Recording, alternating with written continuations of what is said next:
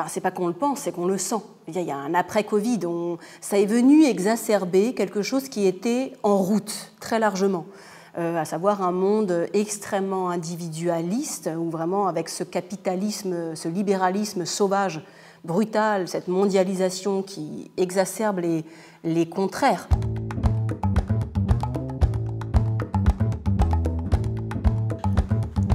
Moi, je dirais déjà qu'il y ait deux femmes. Je trouvais ça, j'aime bien, je trouve que c'est intéressant. Et que les personnages étaient très opposés comme en miroir.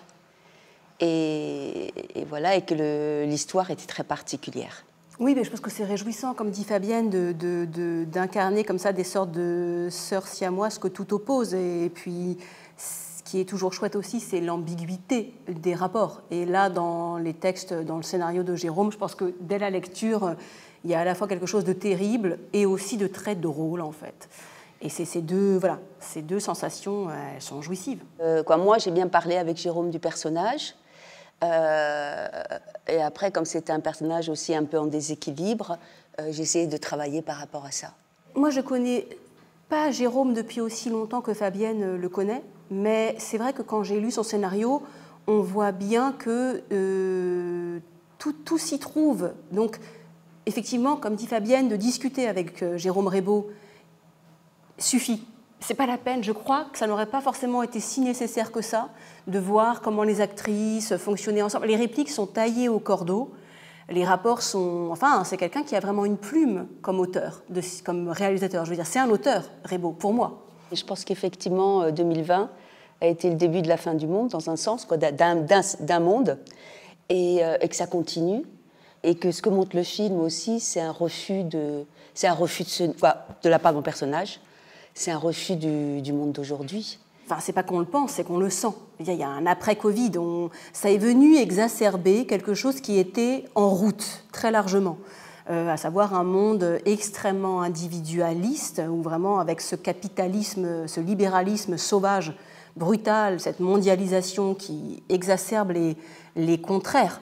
Là, le fait qu'il y ait une pandémie à un niveau mondial, et que la conséquence ce soit qu'on est à s'enfermer chez soi, et l'autre est devenu encore plus source de risque, de danger.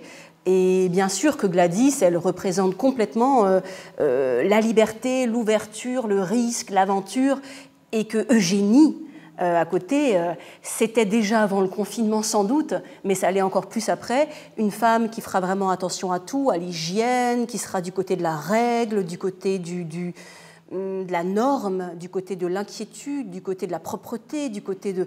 Voilà, donc ça, le confinement, c'est venu le pousser encore. On le voit à tout, notamment dans le domaine de la culture. Les gens se sont accoutumés au streaming, ils vont plus beaucoup moins au cinéma, ne parlons pas des arts vivants, etc., etc. Il y a quelque chose qui part dans tous les sens, alors que chez Eugénie, tout est ordonné, tout est ciblé, tout est un peu robotique, comme vous dites très bien. Comme moi, je vois dans la rue, quelquefois, les gens, ils avancent comme ça, ils sont comme ça, ce qu'on ne voyait pas il y a 10 ans. Absolument, on pense à ce que disait Godard, même par rapport à l'écran de cinéma qui nous fait regarder en haut, ou à la télévision, et maintenant à l'écran de téléphone. C'est-à-dire qu'on était à la télé comme ça, on est au cinéma, voilà, et maintenant on est comme ça. On est tous comme ça. C'est-à-dire ce que ça fait sur le corps. Là, on est très content d'être à l'eau. Ouais, c'est magnifique, un grand festival, et c'est vraiment un plaisir et un honneur que d'être ici.